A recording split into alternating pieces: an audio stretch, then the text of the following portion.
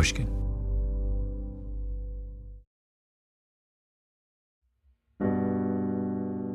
I grew up in what we call Calumet Heights neighborhood. It's just southeast side of Chicago, painted by violence and health inequities at a time where it was not nice to live in that neighborhood, at a time where it was very dangerous, where it was very gang-ridden. Yes, there's still a lot of violence today in Woodlawn. Nothing like just 20 years ago when I was a child growing up in these neighborhoods and having to watch out for myself. On a cold and rainy winter's day, I went to Chicago to see a young man named Abdullah Pratt. Big beard, thick black plastic glasses, built like a linebacker. What was your path? When did you decide you wanted to go into medicine, and when did you decide you wanted to pick emergency medicine?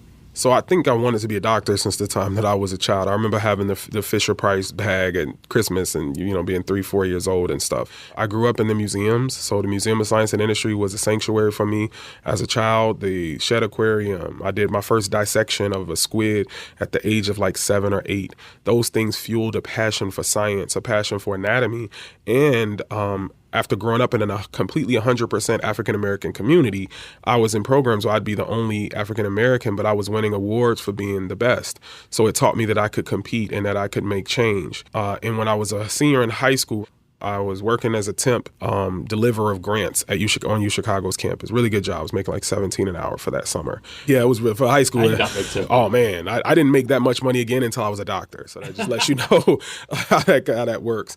But I remember asking people hey, I live in Woodlawn a lot. I'm in Woodlawn a lot. And there's a lot of violence, a lot of social inequities. You ride your bike or walk 2 blocks and it's this beautiful campus.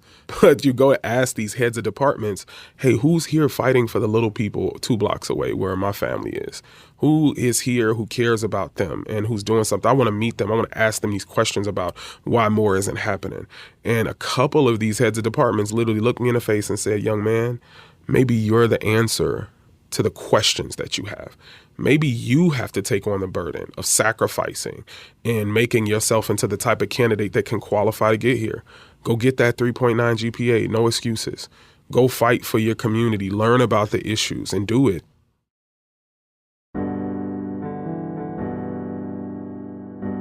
My name is Malcolm Gladwell. You're listening to Revisionist History, my podcast about things overlooked and misunderstood.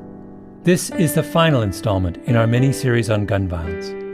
It's about a young man who grew up in one of the most dangerous communities in America, became an emergency room doctor, and decided to stay in the same neighborhood where he grew up.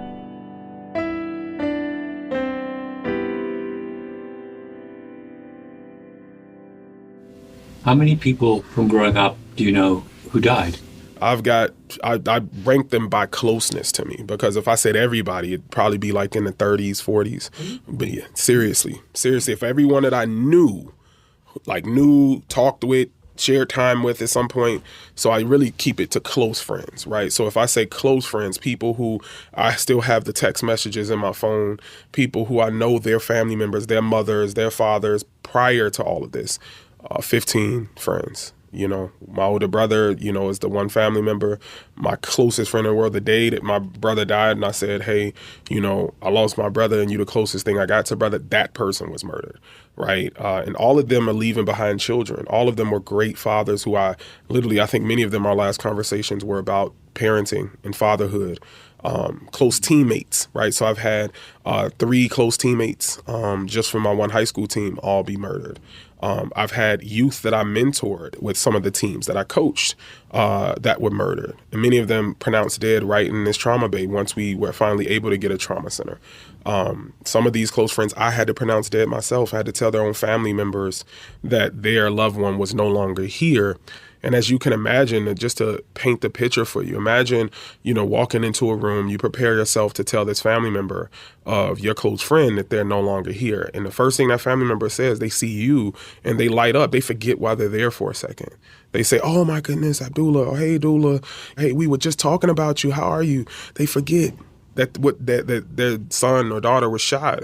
And then now the first words out of my mouth, which is the evidence-based way to do it, is to say they did not make it.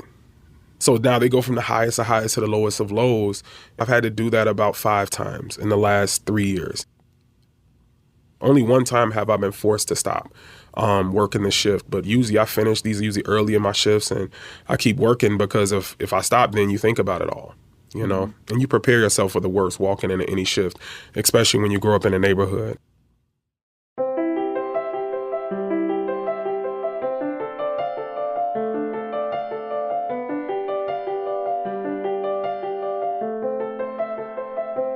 A few years ago, I did an episode of Revisionist History called The Standard Case, where I interviewed a Catholic priest named James Martin.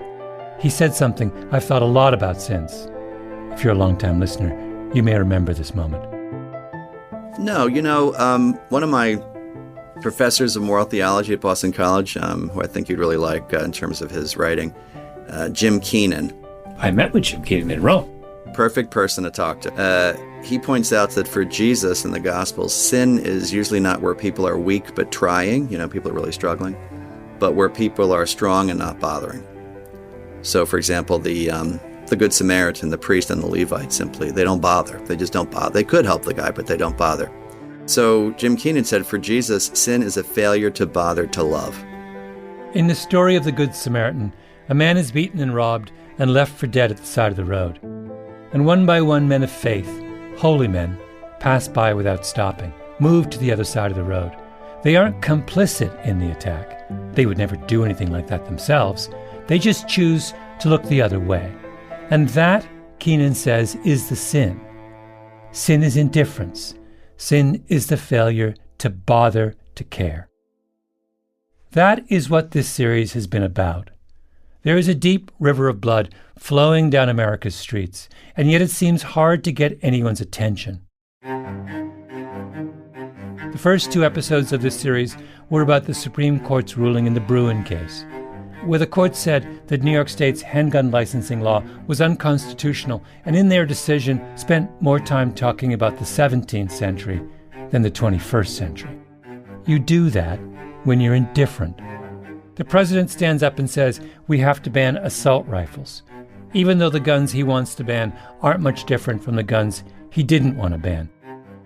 You're that sloppy on a crucially important question when you've given up on any kind of meaningful change. Our success at treating gunshot wounds has lulled us into complacency. That was episode 4. We have hospitals in the wrong places for the dumbest of reasons. That was the 5th installment. The deeper I got into the subject of gun violence, the more bleak things seemed to be. So for this, our final installment, I went to Chicago and sat down with Abdullah Pratt in a little windowless room in the basement of the University of Chicago Hospital. And he showed me what bothering to care looks like.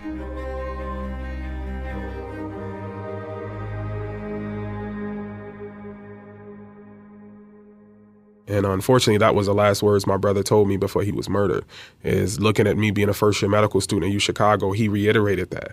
Like, hey, little brother, this is all good, that you got a nice apartment, you got awards, you're doing good things, you're chapter president of your Student National Medical Association, but there are 2 types of people in this world. There are people that do for themselves, and there are people who do for others. The people who do for themselves, they get rich, they make money, they live somewhere else, but we call those sellouts. And then the people who do for others, they get broken by this. They end up poor.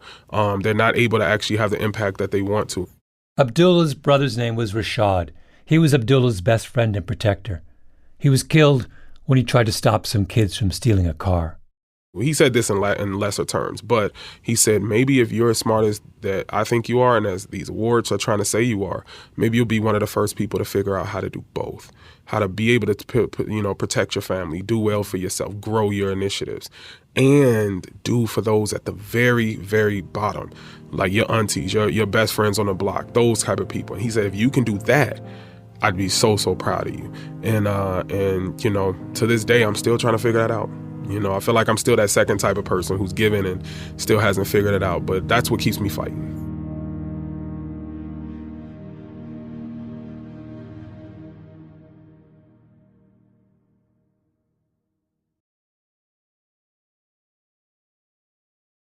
When I met with Abdullah Pratt, I asked him what the busiest night of the week was at a trauma center. He said, weekends, of course, and holidays, when people have been drinking a lot. This most recent month, the night before Martin Luther King's holiday was one of the worst trauma nights I've ever had. You're talking about I think I had 6 people pronounced dead from violence all in a night. A few more that made it to the operating room, very critical injuries. That's a Sunday night in January that's happening. The day before Martin Luther King's birthday, literally hours into the day of Martin Luther King's birthday is a big surprise. People pronounced dead? Yeah. If my memory serves me right, it may have been more. Did you hear about what happened the night before Martin Luther King Day on the south side of Chicago? I didn't. Now, if that had been a mass shooting, we all might have heard about that. Mass shootings seem to be the one part of the gun violence epidemic that still grab all of our attention, for good reason. But there are roughly 20,000 Americans murdered by guns in a typical year. And of that 20,000, only a few hundred die in mass shooting incidents. It's a very small part of the problem. If you could wave a magic wand and end all mass shootings tomorrow, the people who work in trauma centers say they wouldn't notice the difference. And if we want to be cynical, or maybe just realistic, we should admit to ourselves that paying so much attention to the smallest part of the problem is a form of indifference. It's changing the subject. The thing that struck me about Abdullah Pratt is that he refused to change the subject. What guns are they using? All of them. So everything from the 9mm, the Glock 40s, which are very convenient. A lot of them like the Glocks. Unfortunately, Glocks don't have safeties on them. So when those guys who are shooting themselves, that's how that's happening. Many times it's with the Glocks. There used to be a day where everybody liked the revolvers because the shells didn't fall. And so you had less evidence, but now they don't care about evidence. The lack of conviction rate of murders, they don't care. Many people are killing people broad daylight with no mask on and literally daring people to hop on the stand and testify against them. And of course, no one does because we can't assure protection for those people. They still have to live a life. They still have to exist in the neighborhood. You're not going to put 24-hour protection on them. The kids were fitting something called a switch on the back of their handguns, a little plastic device you can buy on the internet that makes the gun fire much faster. A handgun is hard to aim at the best of times.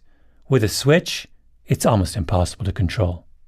I think there's a lot more brazenness of how these murders are happening, a lot less care for collateral damage.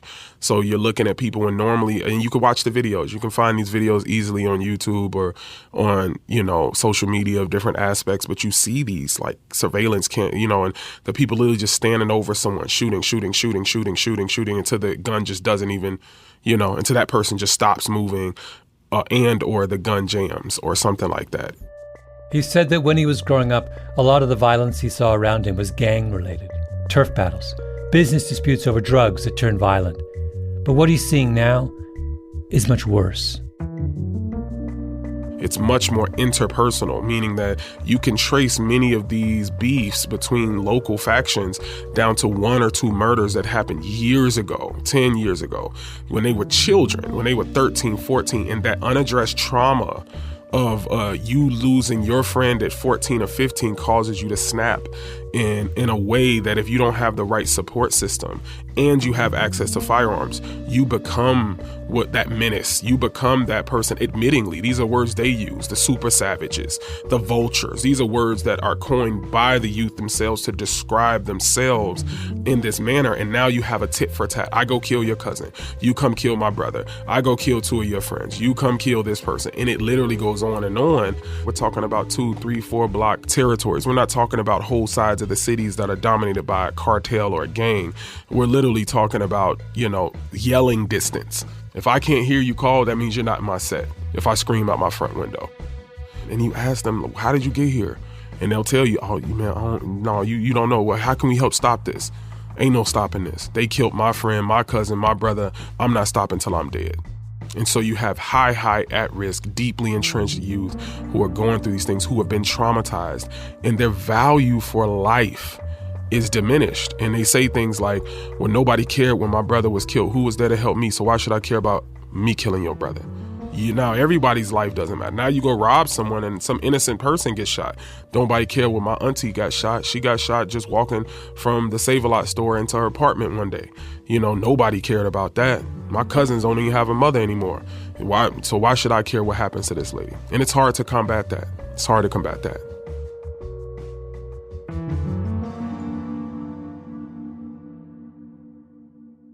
I began this series believing in stricter gun control, as you expect I would as a good Canadian who lives in a blue state.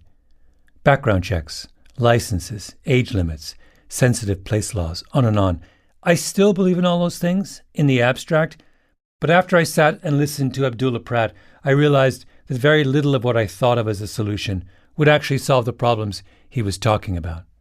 Can you really pass a law and make a big dent in this kind of a problem? Expecting laws to handle this kind of violence is what we do when we're not really paying attention. This is all the scoreboard. Another word that's coined by our youth is check the scoreboard. So let's see how many people of yours we've killed, how many people you killed of ours, who's up. So it definitely is a competitive thing. It's a clout thing, an attention thing too. So you can make your name off who you kill, even if you have nothing against that person. Just by saying, I shot that person, everybody's mad, everybody's heard about that, look at me.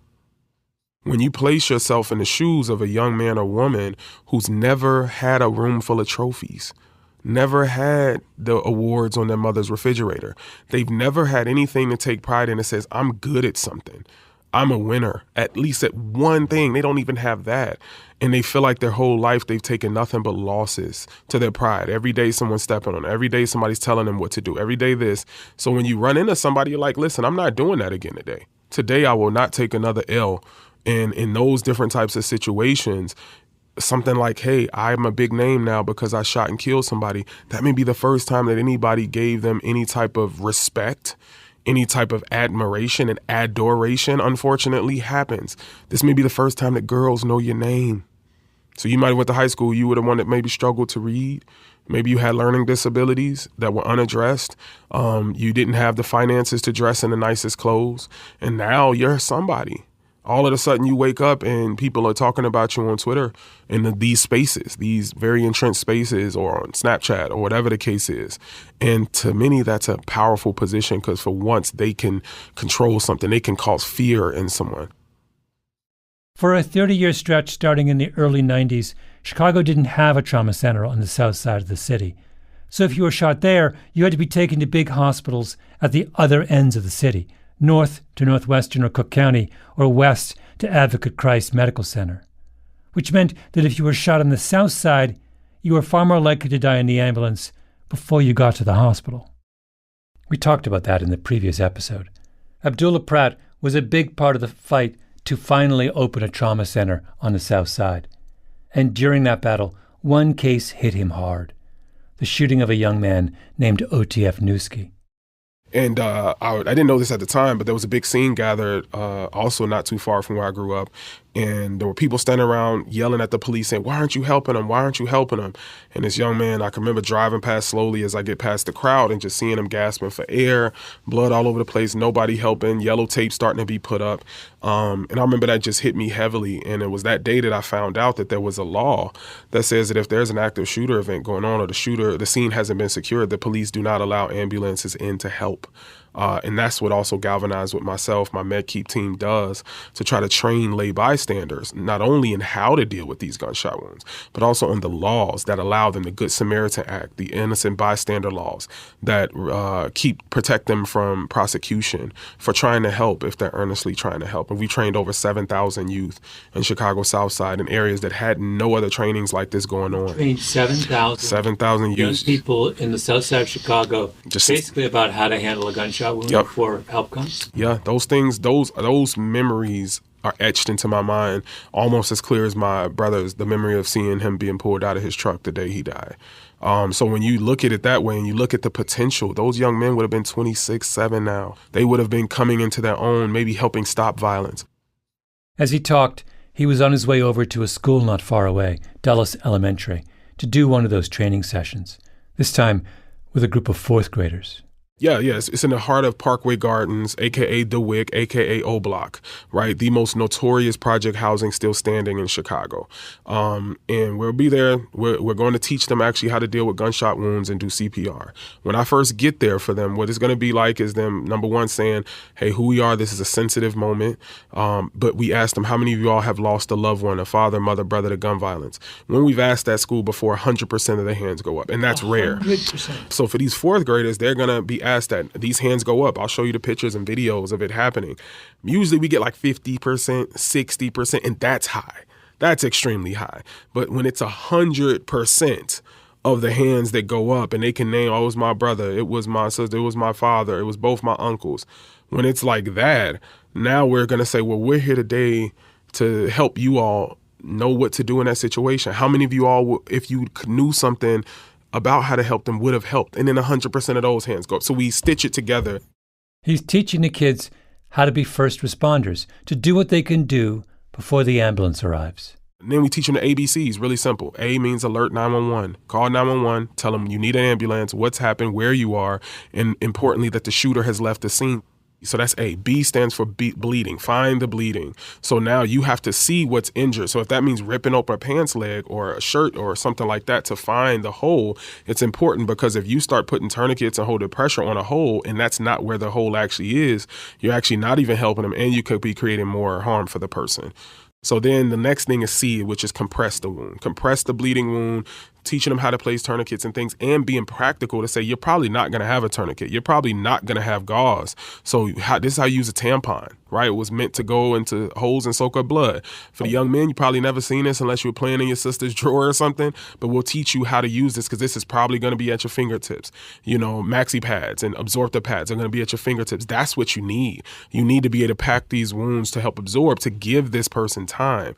And so we try to keep it simple. We're not trying to teach them how to be a trauma surgeon. We're trying to get them to feel confident enough to act, do something, call 911 early, sit there with the person, and then 911 will actually walk you through these things. In this past summer, we actually had a young lady, a young Latina lady who, one of my best students, and she came to me week 2 and she's like, Dr. Pratt, I need a new kit. I'm like, girl, you lost your kit already? I'm like, okay, I'll go get you a new kit. She's like, no, I didn't lose it. I promise, I didn't lose it. I said, what happened? She said, I had to use it. And I was like, well, what do you mean you had to use it? She was like, oh man, they shot someone right in front of my house. She said, I got it on video. She shows me the video. She did everything right. She took the time to watch the people leave. She calls 911 on the way out. She goes and gets her kit that we had just given her days before that. And then the police come right on time and they're like, you can't be here. You need to move. And she's like, no, there's a law that says that I can be here and help. And I have the kid and I don't want to see him die. And they're like, we'll compromise. We'll take the kit. We'll make sure we use it. We just don't want you in harm's way.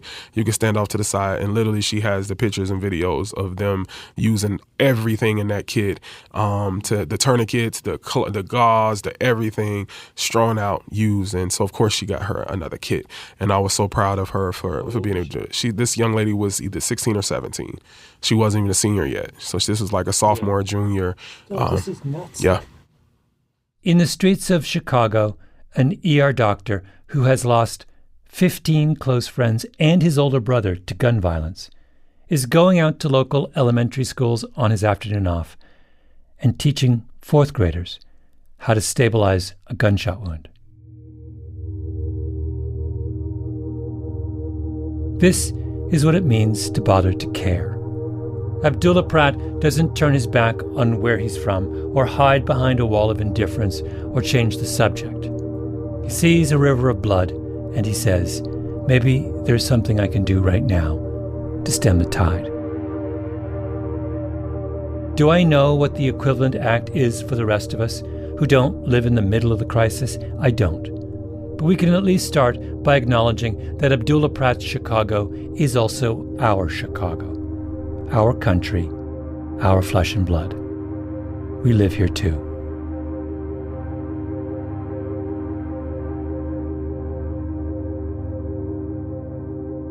I just want to feel the youth to feel empowered many times. I just want them to feel like they have ownership of their own community and that they are the best position to solve these problems. There is no one, some big chariot, some messiah that's going to come through that's a politician that's going to fix your problems. It's going to be on you. That's what history shows us. There is no one, no messiah, no politician who's going to fix your problems. It's going to be on you. No one should have to give that speech to a room full of fourth graders. Sin is the failure to bother to care.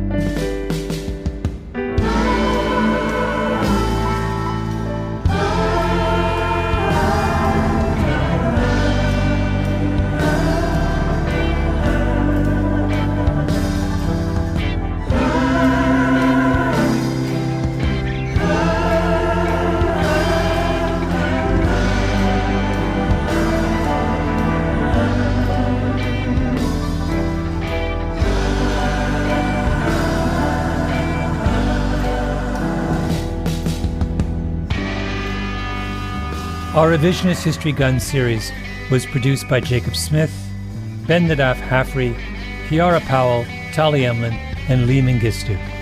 We were edited by Peter Clowney and Julia Barton, fact-checking by Arthur Gompertz and Cashel Williams, mastering by Flawn Williams, engineering by Nina Lawrence. I'm Malcolm Gladwell.